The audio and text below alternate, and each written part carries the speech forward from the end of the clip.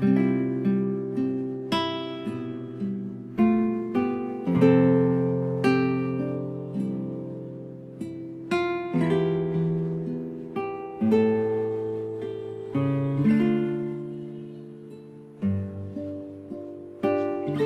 mabuting balita ng Panginoon ayon kay San Mateo.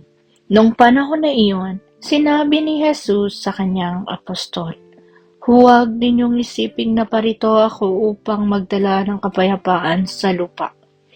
Naparito ako upang magdala ng tabak, hindi kapayapaan.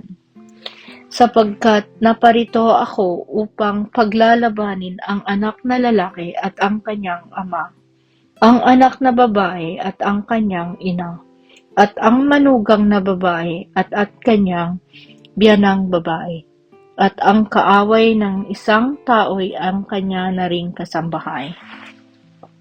Ang umibig sa ama o sa ina ng higit sa akin ay hindi karapat-dapat sa akin, at ang umibig sa anak na lalaki o babae ng higit sa akin ay hindi karapat-dapat sa akin.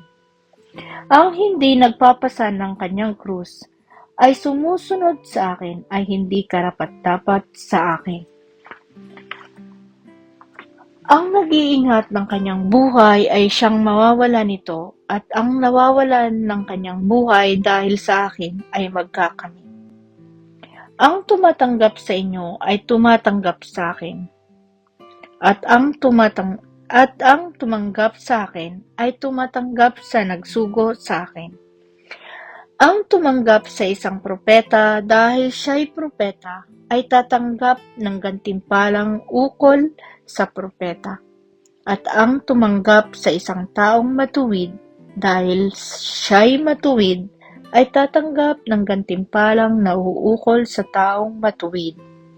At sino mang magbigay ng kahit isang basong tubig na malamig sa isa sa maliliit na ito dahil sa ito'y alagad ko, tinitiyak ko sa inyong tatanggap siya ng gantimpala.